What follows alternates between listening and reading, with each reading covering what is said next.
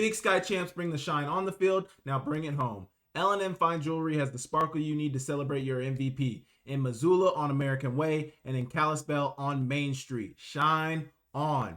L&M Fine Jewelry is the official jeweler of Akem'S Analysis, as well as the Samuel Akem YouTube channel. Make sure you guys go check them out when you're trying to get that ring for that special person. Michael and Landy are the owners of L&M Fine Jewelry. They do a phenomenal job. They have 2 locations, like I mentioned, one in Missoula on American Way, and the other is in Kalispell on Main Street. Go check them out. L&M Fine Jewelry, your diamond destination. Hey, what's going on, everybody? I'm back. Keenan Curran is back. We are recapping Montana versus Idaho State, the second fourth quarter comeback victory of the season for Montana. We got a whole lot of thoughts and things we want to get to. But first, how are you doing, Keenan? And how did you like that game last night? Man, I think I probably lost a couple of years of my life with how much my heart was beating. Firstly, because of how much junk I talked about. Oh, this is, we're going to go fry some hash browns. Yeah, go fry some hash browns. And I'm like, dude, come on, dude. But secondly, just because, I felt like we, in the first half, were just not playing our game. We just, we're not playing our game. But a win is a win is a win. Winning's hard. Losing is easy. Just ask those guys, all right? So I feel good. It is a Sunday. The Grizz won. It's a good Sunday for me, man. I'm all good, dude. And as you guys see, I got my Michael Wortham jersey here in the back. Limited edition copper.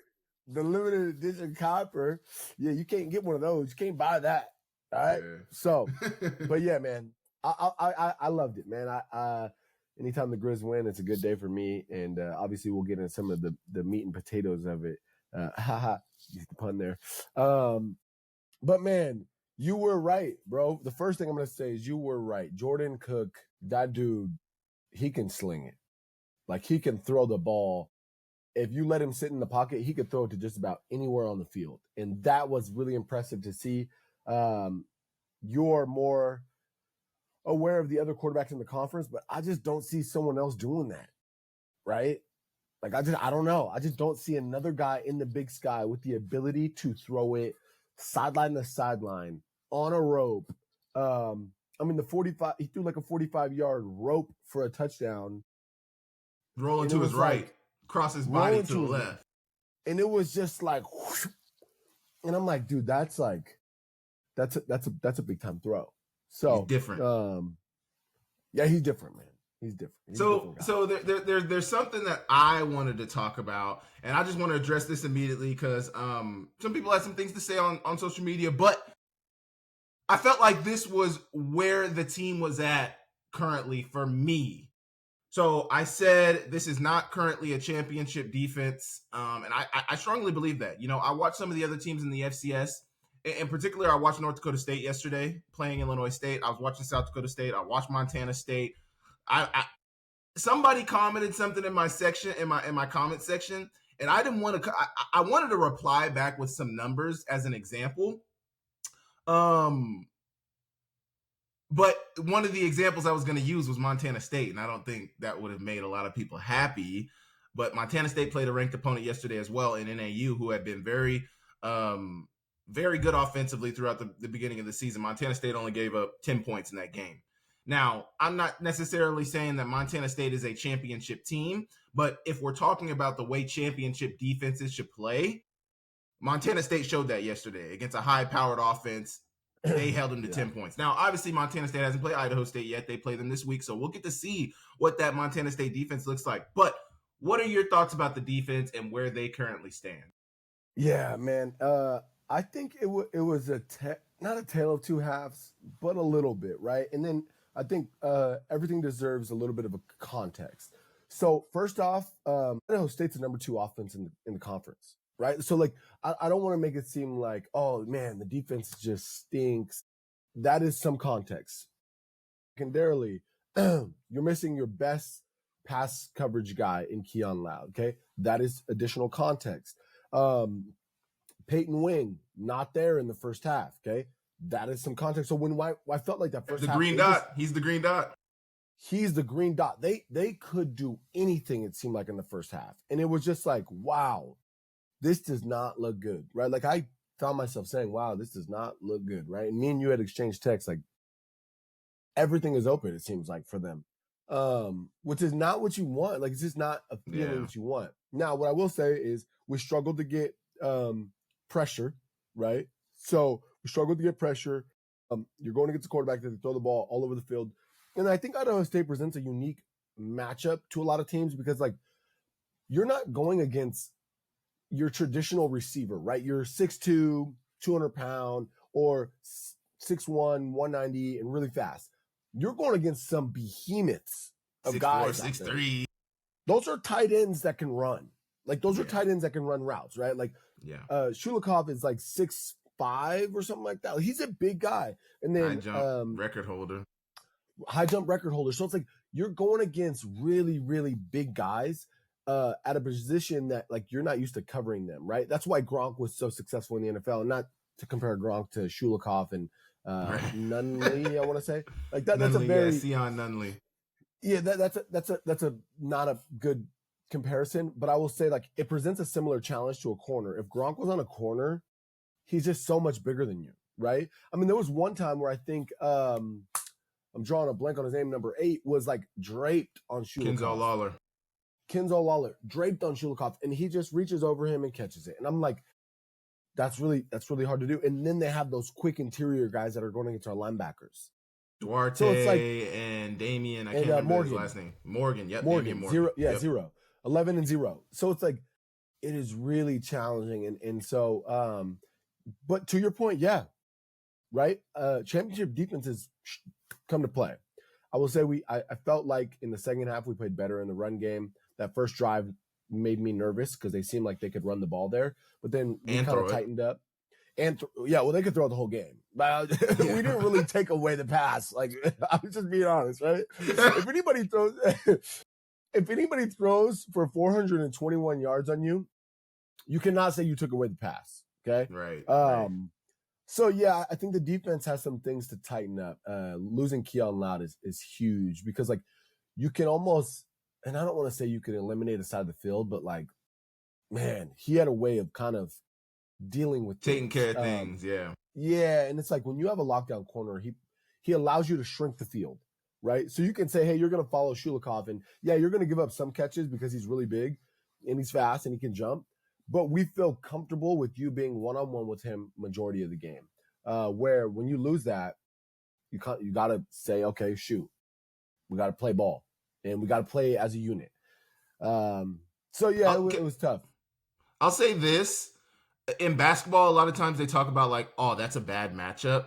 If there were ever a bad matchup for this Montana Grizzlies football team, it was that Idaho State team. When you think about, so let's take the numbers, for example. Idaho State had only given up 1 sack going into that game. They did not yield a sack against Montana in that game yesterday. They still have only given up 1 sack. That's first in the Big Sky Conference. On the other side of things, Montana going into that game was last in the Big Sky Conference in sacks. They should still be at the bottom because they did not record a sack in that game yesterday. So that's a matchup issue. Next, you think about Idaho State presenting probably the best passing offense, if not the top. They were the second best scoring offense in the Big Sky Conference going into that game, and they gave Montana fits. I can't remember where their passing numbers were in terms of yards per game, but I'm sure they were near the top. That is a struggle for the Montana defense, is stopping the pass. So when you look at it from an example of just like, oh, well, like the matchup doesn't fit as well, because like you said, how many quarterbacks is Montana going to see that's like? I mean, you're talking about the rest of the Big Sky. I want to say the rest of the season in the country. How many quarterbacks are like that? I would say maybe Derek Robertson at Monmouth. I can't really think of any other quarterbacks, and you probably don't know who Robertson is. Those guys get poached, right? Like, and not, again, I don't want to speak on Idaho State, but I would start planning, right? I would start planning for, like, maybe there's a quarterback in the portal that we can get, because if I'm you, Jordan Cook, there are people that will pay a lot of money for your services, brother. Okay, they will pay a lot of money for your services. Okay. Yeah, but I feel like you're jaded right now because I was where you were, but you got to watch his full game because there's highs and obviously he makes bad decisions at times. You're living with that? You can't coach that arm. Yeah. You cannot coach somebody to be able to change his arm slot. Like, dude, there's one time where I think they were running like a deep dig, and he is behind the center and throws it like a baseball throw. Yeah. And I'm like, oh my God. Like, you're not supposed to be able to do that. And he did it so well. So yeah, I would just say that you coach him through the mental things, but you can't coach a guy to be able to throw the ball like that. Right? Like you just can't do it. Did Dylan Raiola make some bad decisions at Nebraska? Probably. But you're going to take that. You're going to say, okay, that's fine. We'll take it. What? Okay, so I have some questions that I wanted to ask about this win. Yeah. So Montana's now won had two fourth quarter comebacks, one by 9 points and one by 10 points yesterday. Is this going to be a battle-tested Montana team as we head into the thick of the conference schedule? I would say so. And I think the reason is you're never out of it, right? We talked in the first half, and I was like, I don't think they're out of it because they make some really good second half adjustments. They're really balanced. Like, they have really good receivers, and I'm not even talking about Michael Wortham. I'm talking about Brooks Davis. I'm talking about Jordan Deaver. I'm talking about Drew Deck. And then obviously they have the best running back arguably in the country, right? I think where things get challenging for some schools to play against them is when they start to do some of the interesting things that they do with, I would say, is probably the MVP of the season right now. It's number 6. It's number 6. All right. So yeah, I put on my Michael Wortham jersey, right? Because people can't plan for Michael Wortham. All right. You can't plan for this guy, right? What did he do? He got a passing touchdown. He had 2 rushing touchdowns, and he had over 100 receiving yards. Like, what? This is the first time that I can truly say I've seen Montana. And there was a game in there where they really didn't, right? He didn't get a lot of touches, and I can't remember exactly what game it was. But he didn't get a lot of touches, and I was like, what's going on? Like, what is it? But I think it was North Dakota. North Dakota, right? And we still won that game. But we can see what happens with the dynamic ability of number 6. He kind of, when Key Ali is not having a great game, what are we going to do? We're going to do a double pass with Michael Wortham. And we get in the end zone, right? Yeah. When we can't run the ball with Eli Gilman, what are we going to do? We're going to go Wildcat. Okay. Yep. And it's just like, and then what else does he do? Something that Bobby Hauck loves. He gives you an advantage in the field position game. You have people not wanting to kick him the ball because he's going to make something happen. He's going to hit a crease. Even if he gives you a 30-yard return, which he gave you one yesterday, right? Late in the game, he got us to the 50. Dude, all those things matter. And so when I tell you, like, all-purpose yards. Bro, and the thing is, like, when you I looked at the Big Sky stat kind of breakdown today. And it's not like there's one area that he like dominates, right? But it's like he's such a jack of all trades and he can do everything. And it's not, here's the thing. It's not like he's just capable of throwing a pass. No. He threw a dot to Gale. Like he threw a dot, like boom, on the money, in the end zone, on a line. And it's like, bro, how do you plan for that? How do you stop that as a defensive coach? I don't know. It would keep me up at night thinking that, like, okay, Idaho State, by all accounts, did exactly what they were supposed to do. What do you do to stop Montana? You got to stop the run. What'd they do? Shout out to Grant Duff. That D-line was working. Eli Gilman, he had one really long run, but outside of that, he was really contained. I think he had like 40 rushing yards or something.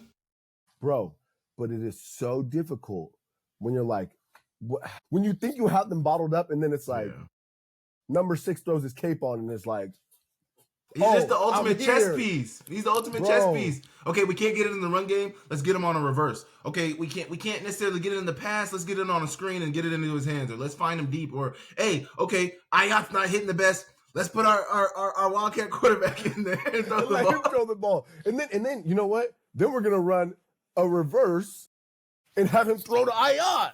Yeah, So it's like, Philly. Bro, and so it is really like, I don't know what Junior Bergen's ability to pass the ball was or his ability to run between the tackles, but like, dude, Wortham is like Junior Bergen, but with the ability to really pass because he was a quarterback, and then to run between the tackles. Now, is he as good of a returner as Junior? I couldn't say that because Junior. Hold on now, Junior was a quarterback his senior year too. Yeah, senior year, but like Wortham was a quarterback, wasn't he? Wasn't he like a quarterback?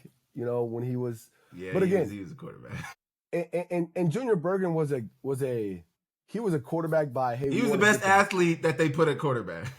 Exactly.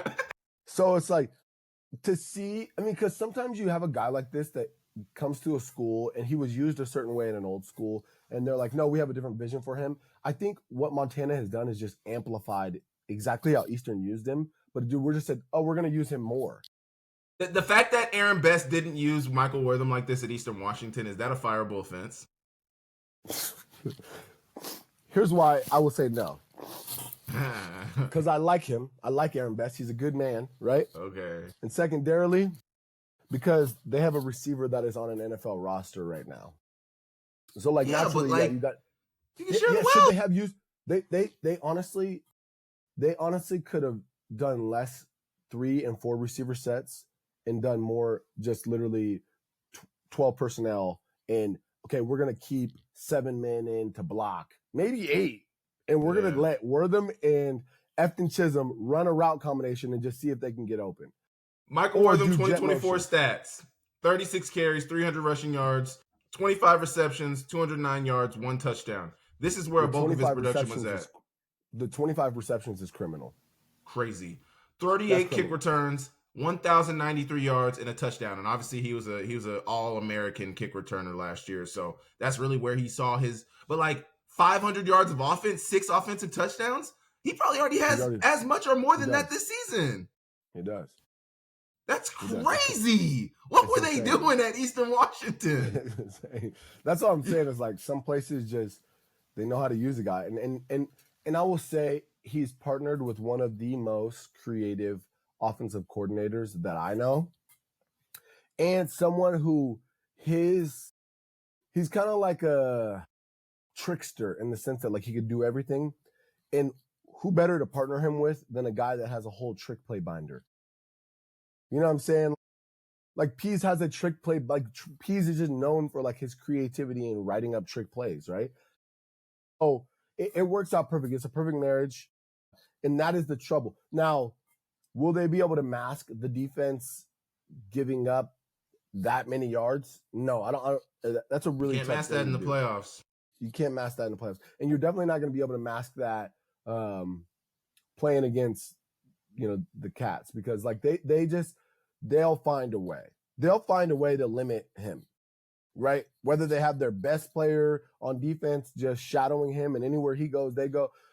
They do some unique things when it comes to that last game of the season, just to, But I will say Junior gave them fits a couple years ago when they came to Missoula. 21 or 23? Mm-hmm. Or in 23. When we went to the Natty, Junior gave them fits. Yeah, he did. Okay. Yeah. Well, let's talk about Cali Ayat. 23 of 40. That's 57% completion percentage. 350 passing yards, a career high. 1 touchdown, 1 interception.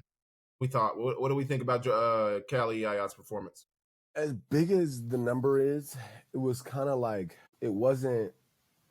And I don't want to say it wasn't impressive because I like the kid, but I think he kind of creeped into the mindset in that first half of like everything's got to be a big play, right? Like I just felt like, hey, he wasn't seeing his check down. When as a quarterback, you got to think about like that check down is going to open everything else up, right? If you allow Eli Gilman to get the ball in space against a corner or a safety, he's probably not going to come down on first contact, right? Where he kind of was like, oh, I want to make the big play and I want to throw. So he's holding on to it a little bit longer. And then you're allowing the pressure to get to you. And like, again, shout out to the defensive line of Idaho State. They played really well. Like they played, for giving up 350 yards passing to Kiali, they played really well. right? They stopped sometimes running they're at a bringing high three. level. Yeah, they stopped the run at a high level. Sometimes they were bringing 3, 4, and we're still kind of applying some pressure and making him feel it. So the 350 to me it didn't feel like a lot. Now, granted, the other guy had 420, so maybe that's why. Yeah. But it didn't. I will say his throws, Jordan Cook's throws were like impressive throws. I was like, okay, that's an impressive throw. Where at least it didn't necessarily feel like it was a crazy impressive day. I felt like, but as an optimist of the Grizz, I feel like for him to still have 350 yards on like an off day, where he wasn't seeing the whole field, that's good. Yeah. Right. So I'm not gonna beat him up too bad. One thing Houck said after the game was the mark of a good team is being able to win games when you don't play your best. And he felt like this was one of those games, where they didn't play their best and they won. But I just don't want to look past the defense, and I'm not trying to harp on the defense or anything like that, but I think it is a serious question mark to ask. Is this defense capable of winning late into the season when you need to get more than like 3 or 4 stops? Let's look at the drive chart yesterday of Idaho State. Get ugly. It's interestingly, let me see. So touchdown, field goal, touchdown, touchdown. That's their first 4 drives. Am I looking at? Yeah, I'm looking at the right one. Okay, next punt. And that was their first drives. That was their drives of the first half. So they went touchdown, field goal, touchdown, touchdown. 3 touchdowns and a field goal in the first half, and then a punt. So they scored on 4 out of 5 possible drives in the first half. They were better in the second half, but let's look at it. Second half, first drive, they scored a touchdown. Remember, they drove right down the field. Coach Houck made the decision. They won the toss, but he decided to receive the ball instead of kick it off. I think that was a decision that was a little questionable. But then after that touchdown drive, punt, 2 back-to-back stops for the Montana defense. Obviously, I felt like at that point, that was when Peyton Wing started to set in. Interception, Deontay Gentry, the freshman, true freshman. Really big play, really big moment. Touchdown, downs, punt, down. So from if you're looking at it from how well did the defense play, they played significantly better in the second half. But I think as a team that's looking to win a championship, you need to play that way the entire game. You have to play that way for 4 quarters. You can't give up 3 touchdowns and a field goal in the first half. I don't even know how many points. What was the score at halftime? What was the halftime score? It was like 26, 20. 28. Yeah, something like that. I know we had went for 2 on one, so it was like always like a 4. 28-18 was the halftime score. 28-18. Yeah. 24 to 18. 24 to 18. Yeah. Yeah, I mean, honestly, like the second half is a tell of the defense. I think, man, if I had to point to anything, dude, I got to point to Peyton Wing and I got to point to Keon Loud. Like, I think people underestimate what it is to lose your guy that has kind of been setting the front and calling everything for a half, right? Especially as someone as impactful as Peyton Wing.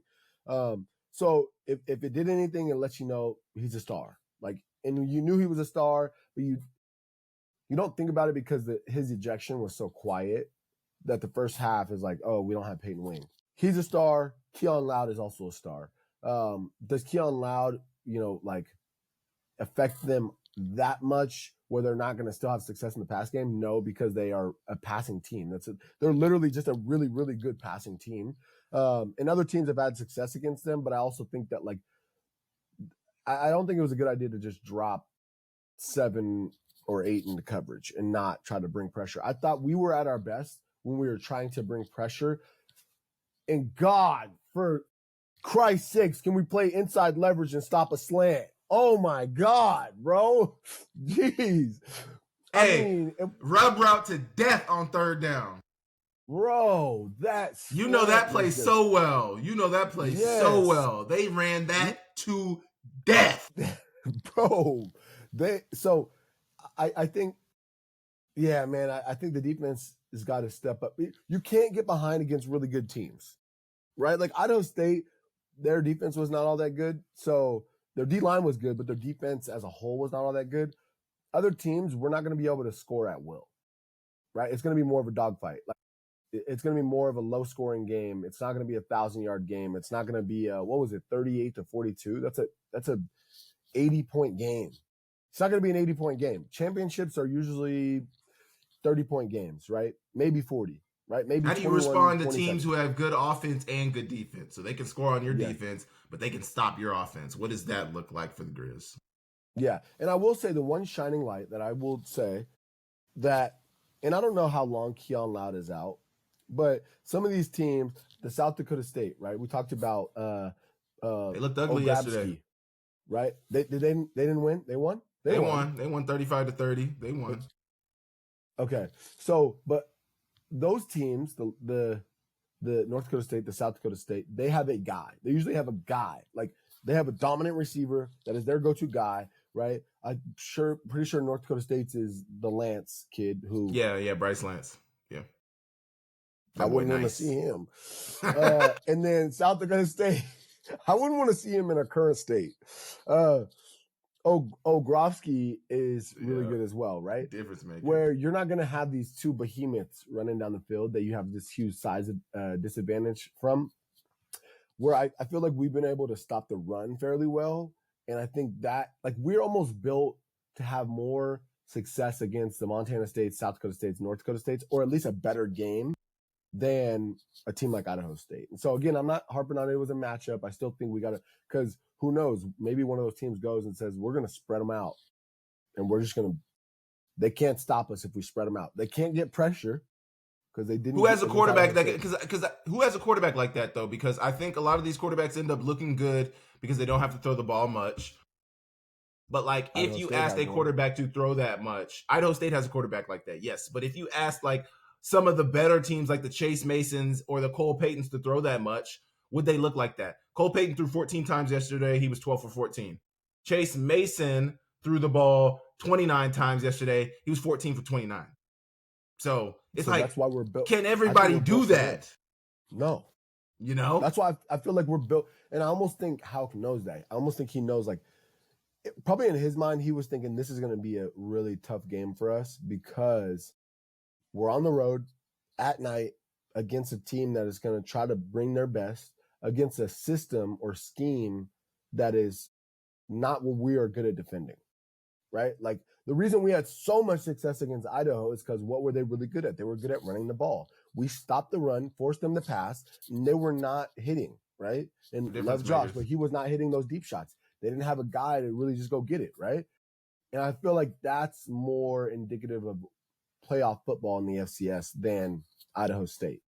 And the ball, stopping the run. You are not wrong. Yeah. You're correct. So if someone comes out and they find a way to perfect having a good defense and being able to throw the ball like Idaho State, you could probably present some challenges for, some of these bigger perennial powerhouses in the FCS. The problem is, when's the last time you saw an air raid team win a championship? You don't. No, because it doesn't happen. People go up to North Dakota, South Dakota, and Montana, and they're like, "Yo, it is cold out here. What are you talking about? We're gonna throw the ball 40 times a game." Well, actually, they don't go to North Dakota because both teams in North Dakota play in a dome, but they do go to South Dakota State.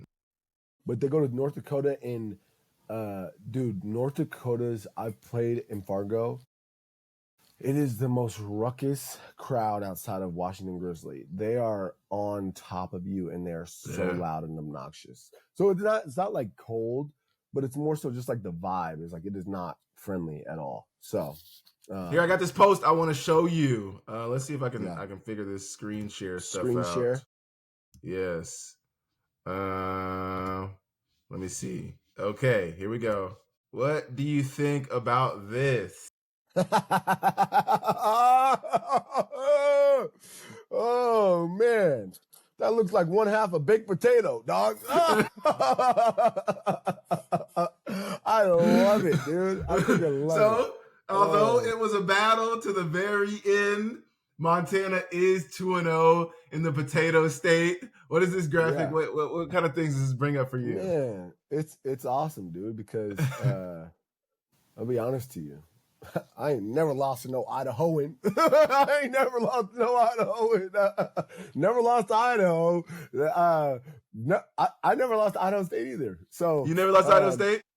No, beat Idaho State in Missoula. Probably one of the more memorable games of my career because I had 4 touchdowns.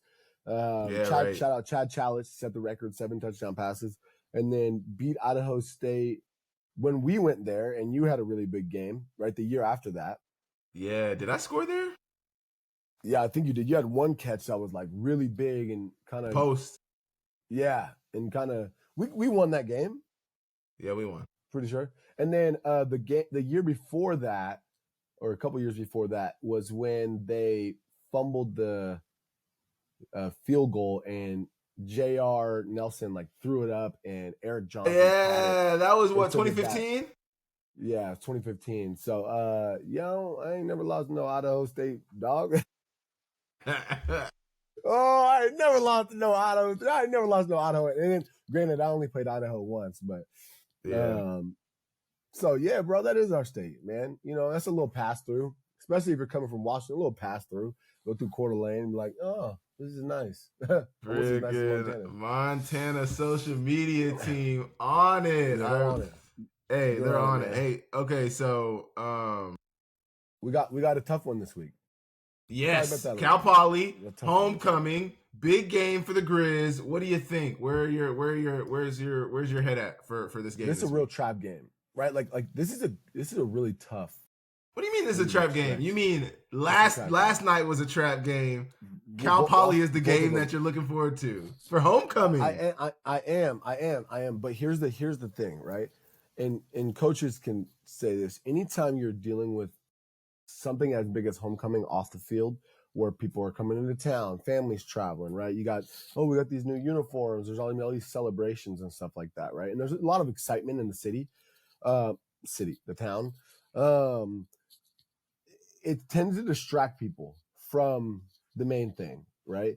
And I think things that can easily like do that are dangerous because we talked about this, okay? Cal Sorry, Poly I had a chance to get that fly. You're good. Cal Poly presents a unique matchup in the sense that who's their offensive coordinator? Ooh, hey, Tim Rosenbach coming back home. Where was Tim at these last couple of years? Cal Poly, baby. Are you talking about before that? Yeah, before that. Where was he at? Before that, he was at Montana.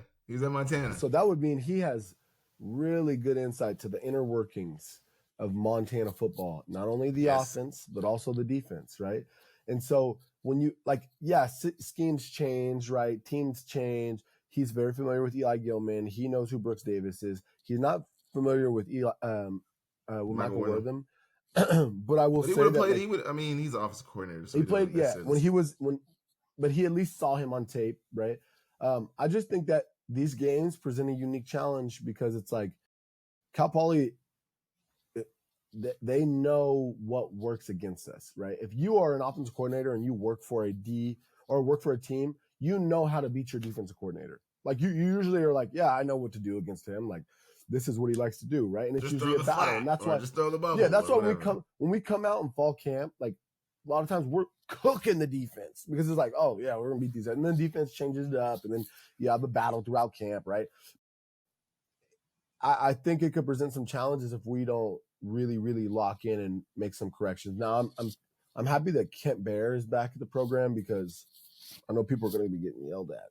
He's a no nonsense type of guy, and I don't know if Tim is anything like Bobby, but again, they're probably going to get an earful and film. But yeah, man, it's a trap game because of all the distractions, because of the history of Rosie with Montana, and there's some motivation there. Yeah, the Copper, like there's just a lot going on that could take your mind off the game. And so I caution anyone from looking at this like, oh, it's Cal Poly. They just lost to UC Davis. Like this is going to be a cakewalk when it's not, man. Cal Poly has come into Missoula and won before. Have they? Yeah. Not in my time. I believe they won. No, it was I believe it was 2015. They came into Missoula. Triple option. And they won. Yeah, they won. Hey, if anybody knows, it was either them or Weber. We might have beat Cal Poly actually. It might have been Weber. It might have been Weber. 2015. That was my visit. That was my official visit. Your visit? Yeah. Was Weber? Weber. Or you guys lost. Yeah, man. So just those games where it's like it could be, a little bit of a trap game. Nobody knows homecoming better than you, though. I'm gonna shut my mouth. Nobody knows homecoming like Keenan. Okay, did you have anything else you wanted to say about this game? Montana versus Idaho State. Anything last thoughts? I wanted to shout out DeAndre Gentry. Deontay Gentry. I thought, like, hey, if we can keep Keon Loud and him for the future, that could be a good little pairing. I thought, Ayat struggled in the first half, settled in the second half. And then I think that as much as Grant Duff's defensive line played well, they got to do something better over there in Idaho State. You can't keep giving up 50 points a game or 40, 42 points. That's just not. You're never going to be able to even better than that. I think somebody needs to hire Cody Hawkins and say, hey, come be OC here. You don't need to be a head coach. Come be an offensive coordinator. Now, I don't know who should do that. I'm not saying who shouldn't do that. I'm just saying, if you looking at Cody Hawkins and you're like, okay, like his teams haven't necessarily been the best, but his offense though. His offense is great. His offense is great in the way that he recruits and the way his ability to. I think his experience as a quarterback lends to his ability to like paint a picture for a quarterback recruit. Is why you could get Jordan Cook, right, and say, hey Jordan, like you should come over here, and like they've had a phenomenal success passing the ball. And maybe it's not even at the FCS level. Like I would say, if I were an FBS coordinator or FBS head coach, I'd be looking at him like, hey, this guy can throw the ball around. Maybe he's a guy that we should look at. I don't know. Well, Montana got the 42-38 victory. It was a hard-fought victory. They will take on Cal Poly this week. As we know, Montana will not get a bye week this season. Their bye week was technically in week 1. Now they are 12 straight, all into the playoffs, so that potential first-round bye is really, really big for this Montana team. 42-38 victory. They remain undefeated, and they'll remain in the top 5 of most polls unless somebody is just a serious hater. They should still be a top 5 team. I think you could move them down maybe 4 or 5. But Tarleton didn't play strong either. Montana State probably was in terms of, and I know I'm trying to finish here, but in terms of the top 5 teams, Montana State probably looked the best out of all the top 5 teams in the country this past weekend. Yeah, they did, and they have 2 weeks straight. I mean, they played Eastern, but like they're pretty dominant, man. And that's why I said, like, dude, they got a stretch of games from here to from when they lost. What were they? 0-2 or 2? They were 0-2 to start because they played Oregon and then they played. Yeah. Then till the end of the season, like I see them just winning out. Like they're just a really good team. They're really physical. They play well. They played South Dakota well. So don't sleep on those guys, man. Now, do I think they deserve to be ranked above Montana? Absolutely not. They have an FCS loss. No. Why would you rank? Like, no, I don't care how good they look as of lately. They lost. Yeah. They lost. But they lost to a team that's ranked above Montana in the stats before. And Montana didn't lose to any team. So wait. You can't reward a loss. You're thinking of it. You can't reward a loss. Like you can't reward there's no good losses. There's losses and there's wins. There's no good losses. People say, oh, it's a good loss. No, it's not. It's a loss. It's a loss. So you don't think there can be like, go ahead. Here's why I know. It was a loss. Wasn't it at home? It was at home. It was a loss at home. There's no good losses at home. Maybe against a top 2 ranked team, though. Against a top 2 ranked team, though. You lost. I don't care if you lost. There's no good losses. Now it's not a bad loss. Like if they lose to Idaho State this week, that's a pretty bad loss, right? There's 4. That's a bad loss. There's no good losses. There's a loss. And there's a bad loss, and there's a win. But there is no good losses. That's a tight game. You mean there's a bad win? There's a bad win, you mean? No, there's no bad wins. A win is a win. There is no bad wins. There's a bad loss, right? Like if you lose to a team that, like, okay, a couple years ago, Montana lost to NAU. People were like, that's a bad loss, right? That's a bad loss. It's not like no, there's losses, there's bad losses, and there's wins. A win is a win. You can win by 1 point, 2 points, 5 points. I don't care. You won. Okay? Should you have won better? Yeah, absolutely. But I'm not going to call it a bad win because it takes a lot to win. But if you lose, you lose. I don't think that loss at the beginning of the season was a bad loss, but I don't think it was a good loss either. I don't think there are good losses. I just think so. If Montana State were to move a bit above Montana in some of the polls, I think that's ridiculous. I think that's ridiculous. That's all on speculation. Because what? Because they have a ranked win? Does Montana not have 2 of those? And it does. And yeah, you could say, well, but Montana didn't lose against a team that was ranked higher than them. They haven't lost at all. That's it. They haven't lost at all. So why would how do you justify? That's my issue with voters. How do you justify moving a team that is 5-1 or 4-2 above a team that's 5-0 because the team that's 4-2 lost to a team that's ranked above the team that's 5-0? That to me is that's mental gymnastics, right? But don't you also have to rank what the people a lot of times strength of schedule, yes, which Montana State has one of the toughest.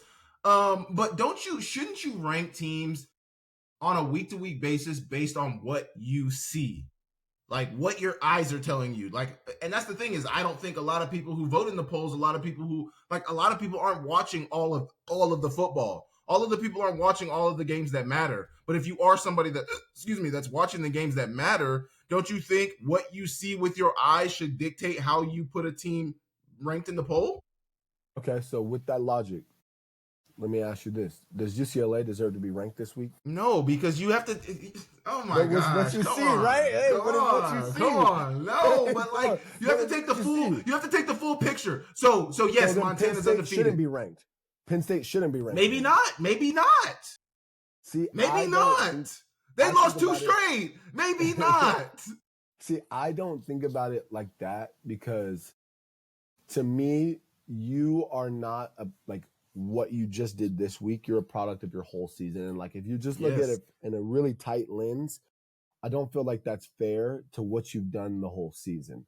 And so to me, just personally, and this is probably a reason I don't have a vote, is I feel like you can't do that. Now, I don't think you should fault teams for losing to a school that is ranked ahead of them or in the top 5. I wouldn't fault Montana State for having a loss.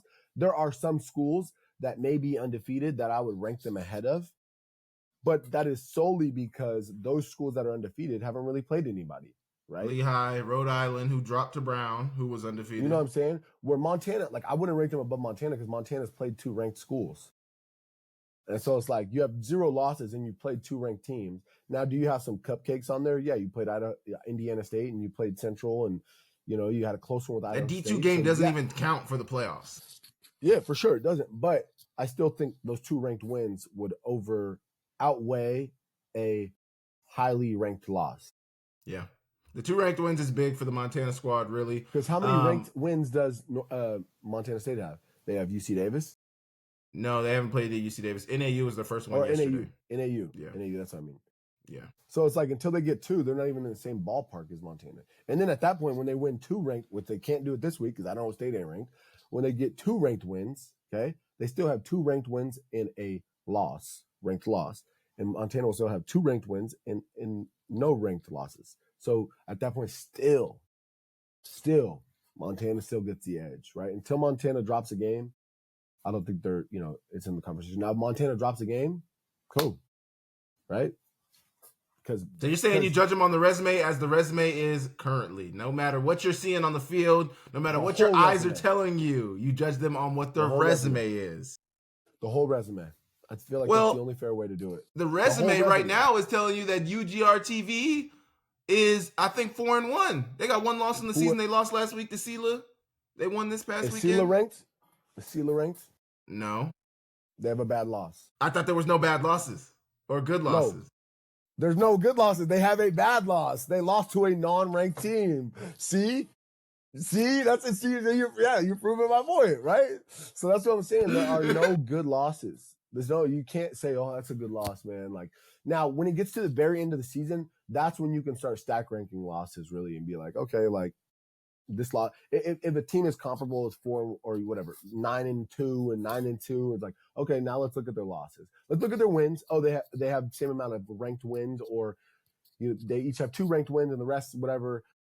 And then let's look at their Losses. Okay, they lost to 2 ranked teams, and then they lost to 1 ranked team and 1 unranked team. Okay, well, the unranked team, that's a bad loss. Shouldn't have lost that game.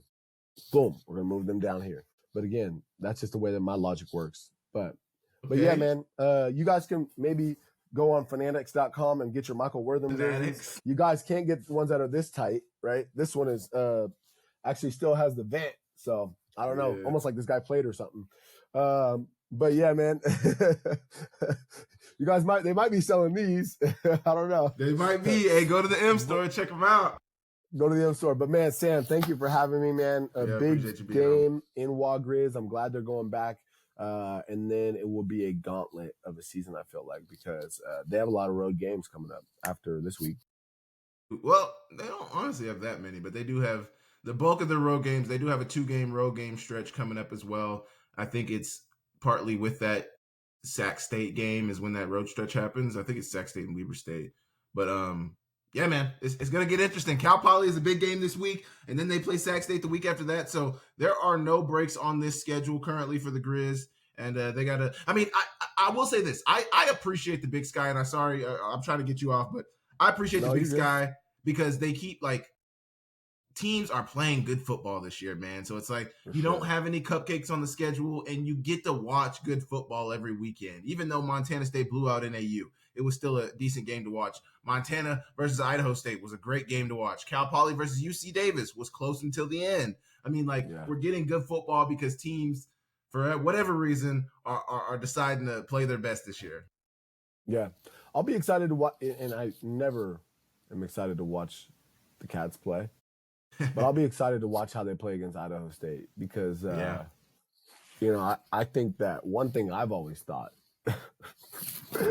both teams' DBs are, at best, I never thought Montana State had good DBs. I always like, I'm glad you guys have maybe a good, strong safety in there. What was the guy's name that a couple of years ago, they had a really big, strong safety when I was in college. That was pretty good. Maybe Brody something. I don't remember his name, but he was big and he was fast. I think he was number 15. Me and him used to go out. The Seahawks got a Montana State DB on their team right now. He started like 2 weeks ago. Safety. Ty Okada. Yeah, but I'm talking about, I shouldn't say DBs. I should not group their corners in with their safeties. Their corners, baby food. Baby food. Baby food. So I'm excited. I want to see Jordan Cook, hey. Go to the poultry station and carve. You know what I'm saying? Go to the poultry station and carve. All right, but the problem is they usually have a pretty good pass rush. Yeah, which is something that we lacked. They got a really good pass rush this year. I can see them getting my guess is they get a couple sacks, and I know Idaho State doesn't give up a lot of sacks, but I'd be willing to bet that this is the week that they struggle. Yeah. Well, we'll see. Hungry dogs. We will see. All right, Sam.